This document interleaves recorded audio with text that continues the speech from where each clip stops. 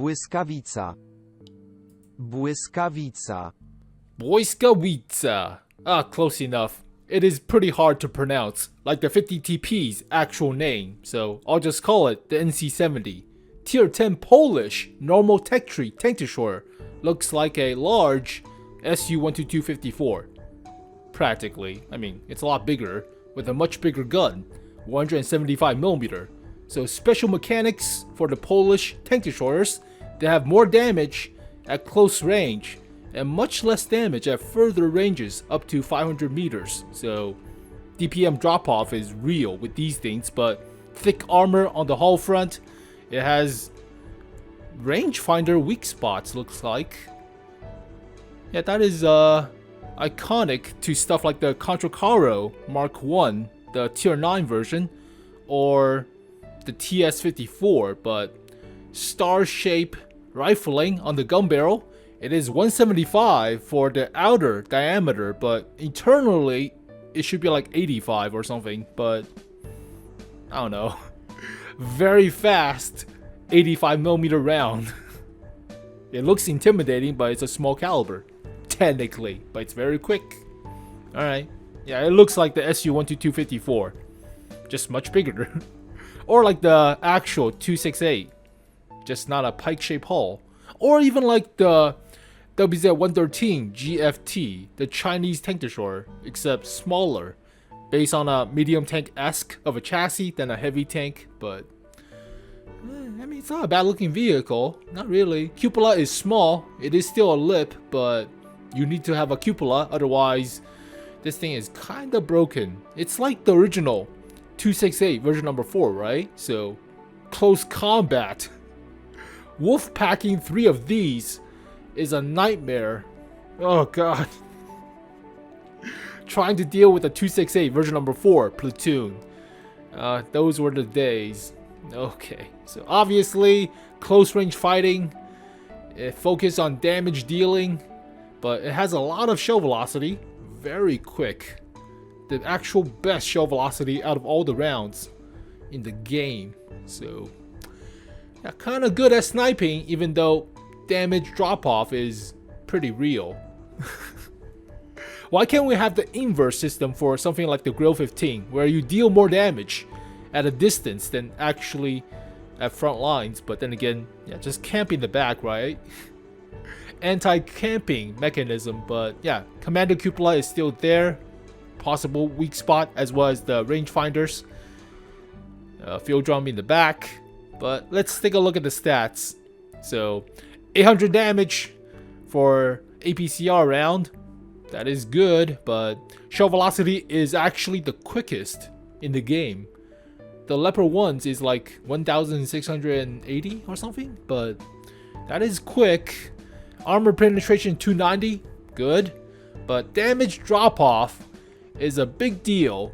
So at 50 meters or less, you deal maximum damage, 800. But at 275 meters, it's only 550. And 500 meters more, it's only 300. That is 37.5% of your actual alpha capabilities. So technically DPM is only down to 37.5% when you're trying to snipe. So don't snipe with this thing. Well, if you're using high explosive, then that doesn't matter, right? High explosive will pin at any distance, but it's only 85mm. Gold APCR shell has more penetration and even more shell velocity. 2000 meters per second. Holy crap. That is like, if 349 is the actual speed of sound, that is close to Mach 7. That's about Mach 6 or so. Yeah, that is kind of, well, actually, yeah, that is more than Mach 5. That is about Mach 6. That is crazy. Okay, very quick shell velocity. 13.7 seconds of reload time. I mean, for 800 alpha, that's good. For 300 alpha, yeah, that's utter crap. So yeah, close range fighting vehicle. Reload time is good for, yeah, very close range. So if this gun was on the 268 version number 4, god damn, that would be scary. But aim time is actually quick for such a large caliber, technically. Accuracy is alright for a non-100% crew. 100% crew should be about 0.33 or 34. 7 degrees gun depression, 15 elevation, good for a tank destroyer per se. Gun traverse speed, move about 26 degrees per second. 60 rounds! Well, it should be only at 85mm. We'll take a look. Crew of 4, standard somewhat. Actually, standard-wise, you would think there will be 2 loaders. But, okay. 45 km/h top speed, 15 reverse. About 5 less than the original 268 version number 4 before they nerfed it to 40. And 16 horsepower per ton ratio, about the same ballpark. Hull traverse 30 degrees per second, 2000 health, 200mm on the hull front, likely the superstructure. Lower plate might be a weak spot, so we'll have to see the actual armor, but 70 at the hull sides, 60 at the rear. You don't side scrape, obviously. 370 meters of view range, about average, and radio is standard. It's all about the gun. It's all about mobility with the gun, with the armor. So play it like the original 268 version number 4, right? Except you have a gimmick now. It deals more damage at close range. Yeah, actual DPM at 50 meters or less is 3,654. That is quite good. It is not as good as the Badger, I believe. Badger is about 3,800 or something, but that's close. Oh, let me make sure. Let me just make sure, so I don't look like a full ass. Oh, never mind. I thought it was 3,800. It's 3. It's the best DPM then. I look like an ass now. All right, best DPM if you're at close range. So this has better DPM than a freaking Badger. Kind of scary, but traverse angles to each side is only 5. That is quite limiting. So you have a limited traverse for your gun. Therefore, you have to move the gun about if you're trying to snipe. So you should not snipe, but yeah, this is a close range shotgun of a gun on a tank, which doesn't make sense, but whatever. Okay. Only 5. That is kind of bad. Reminds me of the ARL. How much is the ARL thingy at V39? How much is your gun traverse arc? 7. It feels crap already on 7, but it's only 5. Yeah, that is bad. Let's see. Even worse is something like. Oh, it's not a premium tank. Where's the iconic? I want to see. Just to be sure. That is the iconic. How much? Oh my word. It's the same as this piece of crap. 5 degrees per side. Oh, it is limiting, to say the least. You have the gun depression, but yeah, to each side is difficult. This is a close range shotgun of a tank. Oh, 2000 health. Yeah, feels about right. About 16 horsepower per ton ratio. 45 km/h top speed. Camo is not half bad. It's okay for a tier 10 tank destroyer. Most of them are assault guns. It is classified as versatile, even though you should play as more aggressively as you can because of the alpha damage, but yeah, okay. Commander is also the radio operator. That's fine. Oh, yeah, 5 degrees per side of gun traverse. Yeah, that is a big limit. It's like 10 degrees on the 268 version number 4, right? It's a lot more comfortable playing this thing. Hell, it's 12 degrees per side. Yeah, it's a lot more comfortable playing this. You can actually somewhat side scrape with this thing. Bait out shots before you turn the hull around and shoot them, but yeah, that is the big surprise coming for this vehicle. You think, ooh, it's a 268 version number 4, except alpha damage gimmick. Nope, that's a big limiting factor. I'm scared of this. Alright, 60 rounds, fastest shell velocity. Alright, just to make sure so I don't pull out stuff out of my ass. Let's see the Leopard 1. I thought it was 1,480. I thought it was 16 something. Oh, okay. It's still fast. The fastest shell velocity. Alright. I mean, you could snipe. It's an instant click and hit, but you're losing alpha damage.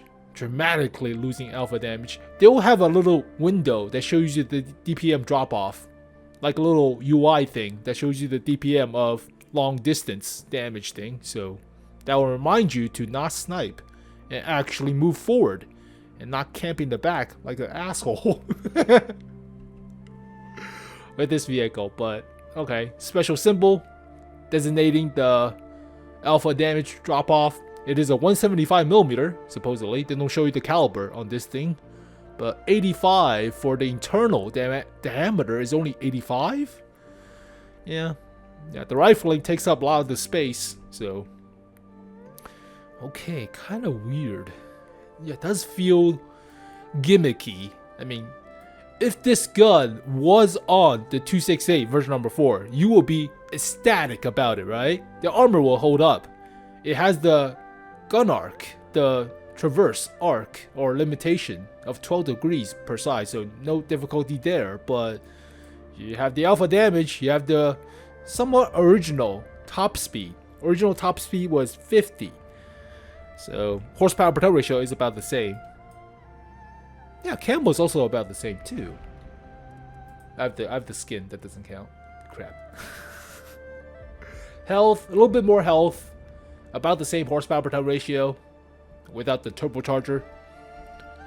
Huh. Yeah, this thing will feel pretty powerful other than the gun traverse limit. That's the only thing holding it back.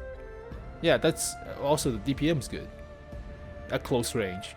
Yeah, you do the same thing with the 268 version number 4, except you're at better accuracy, better aim time. Yeah, that is... Yeah, better aim time, better accuracy, 2.4 compared to your... Where is it? Oh, it's also the same, never mind. Pulling stuff out of my ass now. It's obviously better accuracy, 0.34 compared to 0.4. But... Oh. Yeah, 0.34 compared to 0.4. Yeah, this gun would be great on the 268 version number 4. It's not. Has more health though, so you can technically snipe. It actually has better camo. Okay.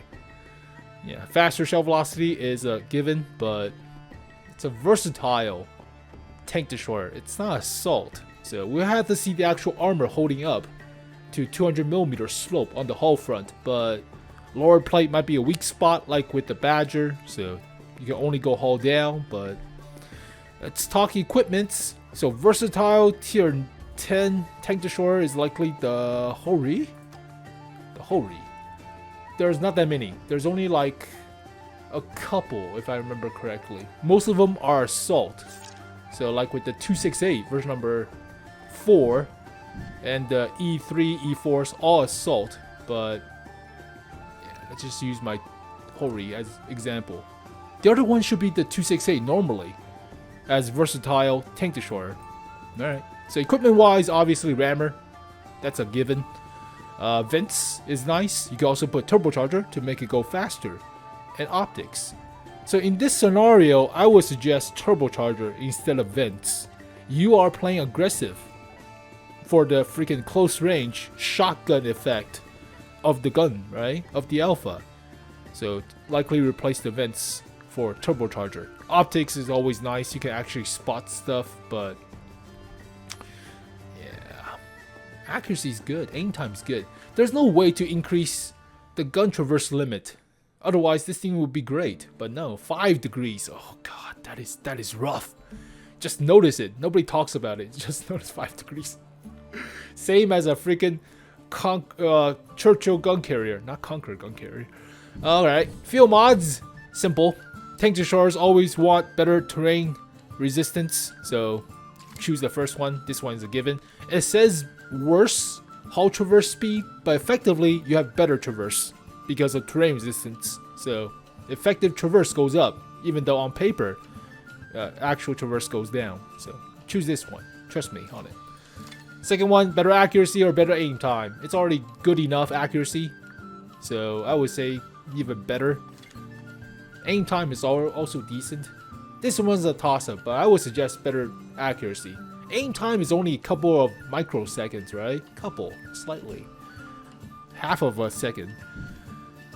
Or view range, or camo after shooting. Okay, this one's a given. Better view range. Camo after shooting is already crap. It's 1.64. You'll be spotted if you shoot. So this thing's focused on armor. You don't need the camo after shooting. Better view range. Camo or top reverse speed. Now camo is 5%. That is crazy. Wow. The Hori jumps from 12 to 17. 12 is like a fat medium tank. Close enough fat medium tank. 17 is like a slimmer medium tank.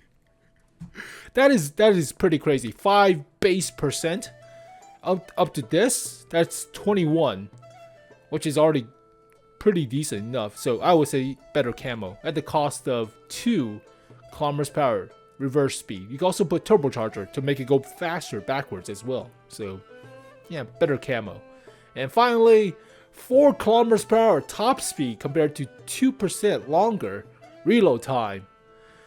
This cuts the DPM by how much? Only like 60. What? Hold up. Make sure. Just make sure. 60. 60-ish on the Hori. With about the same reload time, right? About 13 seconds without the rammer. Wow, that is... Yeah, definitely go with the top speed. 4 is crazy. 4 km/h top speed is almost like a turbocharger on a medium tank. Yeah, better top speed. No question. Oh man. Oh man. They don't show you the actual hidden stats of the gun traverse limitation. That is the scariest factor. I mean, if you're close range, fuck it, I don't care, right? Just point the gun into their hull and just jam a shot and you'll deal 800 damage. Sometimes rolling high to like 1000. That would be great. Also, 13 seconds of reload time without the rammer. That's crazy, right? That's crazy. So, this is a close range, high DPM machine. You're not sniping with this thing, right? If you're sniping with this thing, DPM drops off to like 1300. 300 alpha for sniping with this thing. No. Yeah, DPM drop off is way too crazy. You should not snipe with this thing unless you are like 10 health or something, or under 100 health. Fine, snipe, whatever. But you have the armor, right? You have the armor. Use the armor. So depending on armor, depending on the actual mobility and the terrain resistance, I would say this thing is maybe 6.5, 7. If this thing would have the same gun traverse arc as the 268 version number 4, then yeah, this thing is no question of freaking 7. It's already scary enough originally for this vehicle that it got nerfed twice or 3 times. So imagine this thing dealing the best DPM out of all the vehicles in the game. It's already playing at close range. You're not sniping with this thing, right? You're not. So yeah, if the gun has the freedom of moving about, it's easy 7, easy 7.5, maybe even 8, depending on armor, right? But if it has about the same armor as this thing, except with the alpha gimmick, 6.5, maybe 7, I would say. So, like I said, biggest downside to this vehicle is the gun traverse limitation, 5. But if you move about quickly enough, you don't need that. So that also plays into the hull traverse dispersion for these vehicles. I wonder how bad it is. It's not bad for hull traverse dispersion on the 268 version number 4. You are aggressive with this thing. You are sticking your gun into people's faces and pulling the trigger. Now you have the best DPM. You have 1,300 more DPM than the 268 version number 4 if you at close range, right? What's not to like? Yeah, the gun traverse limitation. Yeah, 7. 6.5 to 7, depending on armor and mobility and hidden stats. But maybe 7, I would say. Just you don't need the accuracy. This thing is not. This is not a sniper. It's like trying to deal with the BZ-176. You're not outperforming it when you're at bottom tier or same tier heavy tank. You need to kite the vehicle around. You need to use your mobility and circle strafe that thing. You're not face to face with a freaking trading blows knockout event with a BZ-176. The same thing with this vehicle. So you do have weak spots, but it is nimble enough to be like the 268 version number 4 to shift about and rotate about to throw off your shots to the cupola. But yeah, we have to see the actual rangefinders, if they're actually weak spots, and how good the terrain resistance and the hull traverse dispersion is. But yeah, the downside to this vehicle is 5 degrees per side of traverse limitation. Pretty bad. Well, there you go, folks. The NC-70. I forgot the name already. Crap. Błyskawica. Okay, sure. But as always, thank you guys for watching this video. Hopefully you guys enjoyed it. I'll see you guys next time. Peace.